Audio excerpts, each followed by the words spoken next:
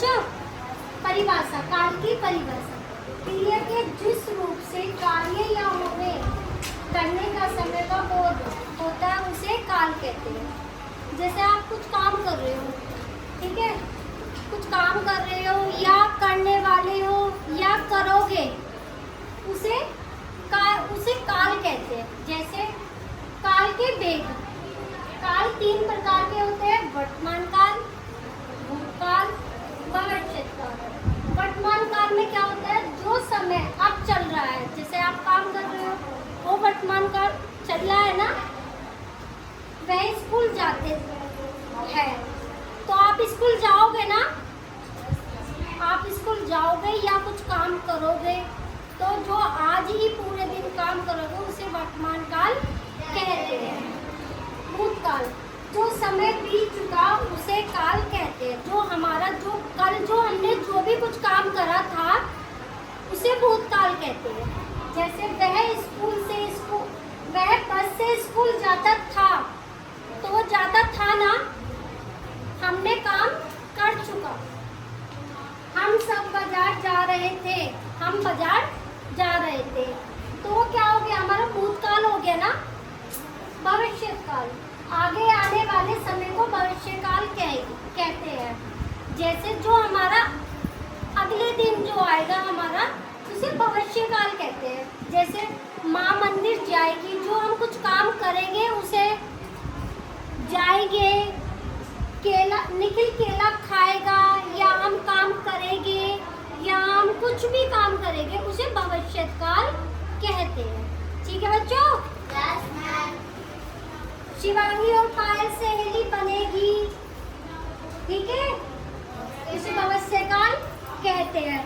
श्रेया अच्छा गीत गाएगी या कविता गाएगी, ठीक है बच्चों। में डूब जाती हैं और कुछ ऐसी वस्तु होती हैं जो कि पानी में तैरती हैं, पानी के ऊपर जो तैरती हैं। जो पानी के ऊपर तैरती हैं उन्हें हम बोलते हैं फ्लोटिंग, और जो पानी में डूब जाती है उन्हें हम बोलते हैं सिंकिंग। अब आपका प्रश्न ये बनता है कि आखिरकार उनमें ऐसी क्या चीज़ें होती हैं उन वस्तुओं में कि जो डूब जाती हैं, और उन वस्तुओं में ऐसी क्या चीज़ें होती हैं जो कि पानी के ऊपर फ्लोट करती हैं, यानी कि तैरती हैं। अब होता क्या है, पहले हम देखते हैं। अब मैंने एक सिक्का लिया, एक कॉइन, मैंने इसे पानी में डिप किया, ठीक है, तो ये क्या हुआ, डूब गया, विच मीन्स ये सिंक हो गया। अब ये पेन की एक कैप है, इसे अगर मैं पानी में करूँगी तो ये पानी के ऊपर क्या कर रही है, फ्लोट कर रही है। क्या कर रही है, पानी के ऊपर फ्लोटिंग। तो बच्चे इसका कारण क्या है, इसके पीछे का कारण क्या है? अब इसके पीछे का कारण सिर्फ एक चीज आती है, वो है आपकी डेंसिटी, जिसे हम हिंदी में बोलते हैं घनत्व।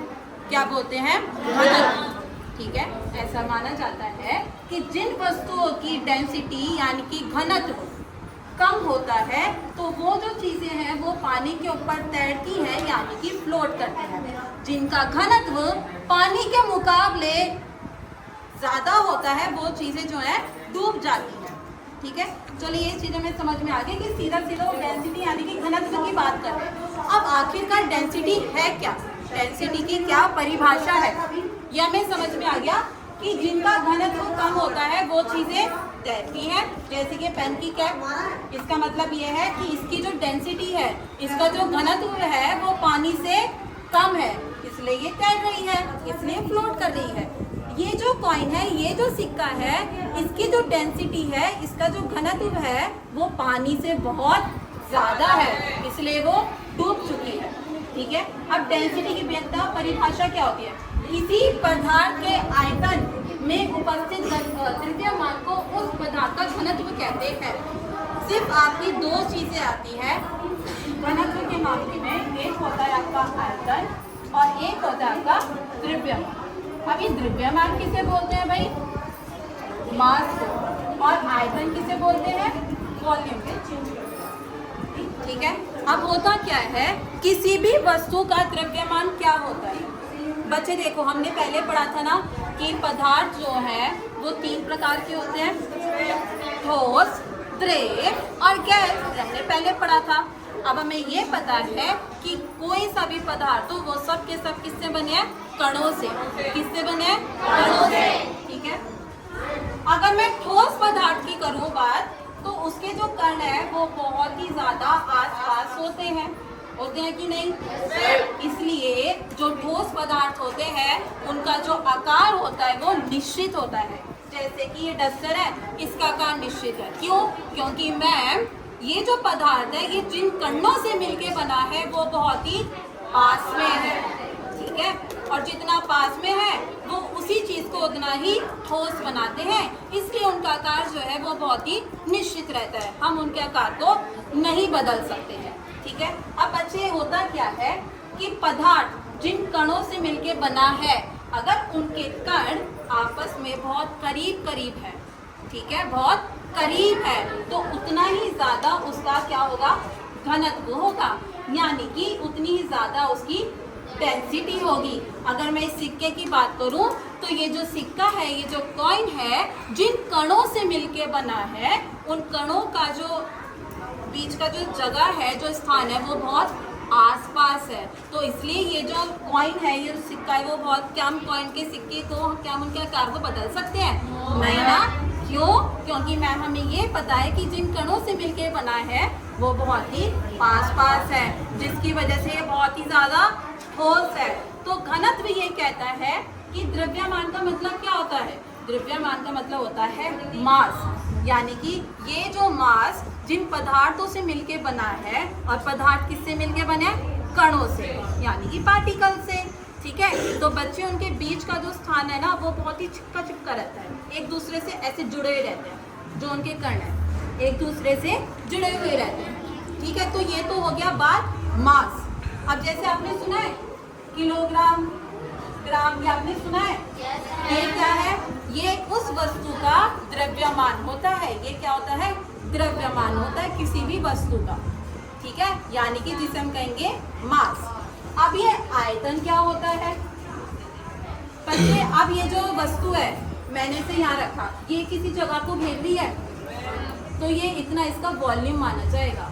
सीधी सिंपल परिभाषा ये है कि अगर मैंने इस डस्टर को यहाँ पे रखा, जितना स्थान ये घेर रही है, तो वो क्या होगा? उसका वॉल्यूम, यानी कि उसका सीधा सीधा क्या होगा? आयतन, ठीक है? तो अब घनत्व का मतलब क्या हुआ मैम? जो घनत्व है वो किसी पदार्थ का जो भी उसका द्रव्यमान होता है या फिर जो भी इसका आयतन होता है, उन दोनों को मिलाकर हम क्या निकालते हैं? घनत्व, ठीक है? तो अब हमें ये समझ में आ गया कि जिन वस्तुओं का घनत्व ज्यादा होता है वो वस्तु बेटा तैरेंगी या डूब जाएंगी? डूब जाएंगी, ठीक है? लेकिन पानी के मुकाबले। अब जिनका घनत्व कम होता है, क्या वो तैरेंगी या फिर डूबेंगी? तैरेंगी, यानी कि वो फ्लोट करेंगी, ठीक है? अब बच्चों एक सवाल आप सबसे ये है कि मान लीजिए अगर मैं इस पानी में नमक मिला दूं, क्या मिला दूं? नमक, बहुत सारा मात्रा में अगर मैं इसमें नमक मिला दूं, तो एक टाइम ऐसा आएगा कि ये जो सिक्का है ना वो भी ऊपर आता रहेगा। तब आपको इसी के पीछे का कारण बताना है कि आखिरकार उस नमक में ऐसी क्या चीज है कि जो चीज डूब चुकी है वो उसे ऊपर ले आता है, ठीक है? ये सब आपका क्वेश्चन है और 1 बाय 1 आप सभी को अपने अनुसार मुझे जवाब देना है, ठीक है बच्चे? कि अगर मैं इस पानी में नमक मिला दूं बहुत ज्यादा, ठीक है, मैंने नमक को घोल दिया, तो ये जो चीज डूब चुकी है ये ऊपर आती रहेगी। तो आखिरकार उस नमक में ऐसी क्या चीज है कि जो उस वस्तु को ऊपर ले आती है, ठीक है बच्चे? तो ये सब आप लोगों के लिए प्रश्न है, आप सबको इसका आंसर ढूंढना है कि आखिरकार इसका कारण क्या हो सकता है, ठीक है? और घनत्व क्या होता है? किसी भी वस्तु का आयतन और उसका द्रव्यमान। आयतन मतलब वॉल्यूम और द्रव्यमान मतलब मास। आज का टॉपिक है उपसर्ग और प्रत्यय। 2 टॉपिक्स लिए, ठीक? उपसर्ग किसे कहते हैं और प्रत्यय किसे कहते हैं? उपसर्ग डेफिनेशन यहाँ है, उदाहरण में अलग समझाऊंगी। जो शब्द किसी शब्द से जुड़कर, सबसे पहले जुड़कर नए नए शब्द का निर्माण करके उनके अर्थ की विशेषता लाते हैं। मतलब जो शब्द होते हैं उनमें पहले किसी शब्द को जोड़ा जाए और उसके बाद उसका कोई नया अर्थ निकल के आए, ठीक? उसे क्या बोलते हैं हम? प्रत्यय, सॉरी उपसर्ग। क्या बोलते हैं? उपसर्ग। मतलब मैंने इसमें लिया तुम्हारा उदाहरण के तौर पे लूँ भाव, ठीक, मैंने लिया भाव, ये मैंने दिया तुम्हारा बाद का, लेकिन इससे पहले तुम्हें कोई ऐसा वर्ड जोड़ना है जिसमें तुम्हारा कुछ अर्थ निकल के आए। इसमें जोड़ो नॉर्मल सा ए, तो क्या बनेगा हमारा अभाव। वेरी गुड, ठीक, अभाव प्लस भाव। मैंने टॉपिक तुम्हें क्या दिया, भाव, लेकिन उससे पहले इसमें लिखा हुआ है शब्द से पहले जुड़कर नए नए शब्द का निर्माण करते हैं, ठीक। भाव, भाव से पहले हमने जोड़ा अ, तो क्या निकल के आंसर हमारा अभाव। दूसरा लेते हैं हम, दूसरा भी लेंगे वर्ड भाव, ठीक। इससे पहले क्या जोड़े जो हमारा दूसरा वर्ड निकल के आया, प्र प्लस भाव, तो क्या निकल के हमारा प्रभाव, ठीक। किसी चीज का प्रभाव पड़ना, भाव का अर्थ कुछ और था, ठीक, प्रभाव का अर्थ कुछ और है, तो वही चीज आई। पहले शब्द से पहले जो पहले नए नए शब्द जुड़ेंगे तो उसका अर्थ, उसके शब्द का निर्माण करके उसके अर्थ की विशेषता लाते हैं, यानी कि जो उसका शब्द था उसका वर्ड कुछ और था और जिसका अर्थ आया उसका अर्थ कुछ और है, ठीक। प्रत्यय का समझ में आया, इसका उपसर्ग का समझ आया। सेकंड आता है हमारा प्रत्यय, जैसे हमने ये लिया इसे पहले जोड़ा, ठीक। दूसरा इसी का उल्टा होगा प्रत्यय, हमने इसमें शुरू में जोड़ा, इसमें हम जोड़ते हैं, अगर छोटे छोटे शब्दों में बोलूँ लास्ट में, इसमें जोड़ते हैं हम लास्ट में, ऐसे ही सेम इसके लास्ट में जोड़ते हैं। जो शब्दार्थ शब्द के अंत में जुड़कर, देखो डेफिनेशन में साफ साफ लिखा हुआ है, जो शब्दार्थ शब्द के अंत में जुड़कर उनके अर्थ में परिवर्तन लाते हैं उसे प्रत्यय कहते हैं। यहाँ तो शुरुआत में जुड़ा था पहले, यहाँ जुड़ा हमारा लास्ट में।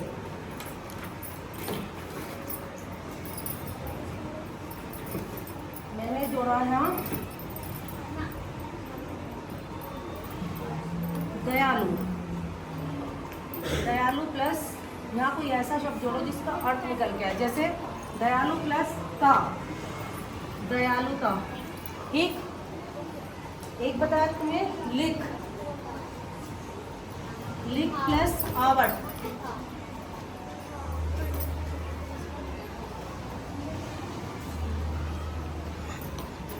इसका अर्थ क्या आएगा, लिखावट। दयालुता, दूसरा है हमारा लिखावट। देखो दयालु, उसके लास्ट में क्या जोड़ा था, तो इसका वर्ड क्या निकला, दयालुता, ठीक। लिख, लिखने का अर्थ क्या होता है, लिख का अर्थ होता है लिखना, और इसमें आवट जोड़ दिया हमने, क्या आया, लिखावट। मतलब लिखने का अर्थ अलग, लिखावट का अलग, वो हमारी लिखावट होगी कैसी लिखावट है, और उसे हम बोलेंगे लिख यानी कि लिखना, ठीक। उसमें लिखावट नहीं आ रही तो उसका अर्थ हमारा अलग निकल गया, मतलब अर्थ में हमारा परिवर्तन हो गया, ठीक। इतना क्लियर है, यस मैम, ठीक। किसी को प्रॉब्लम इतने में? No ma'am.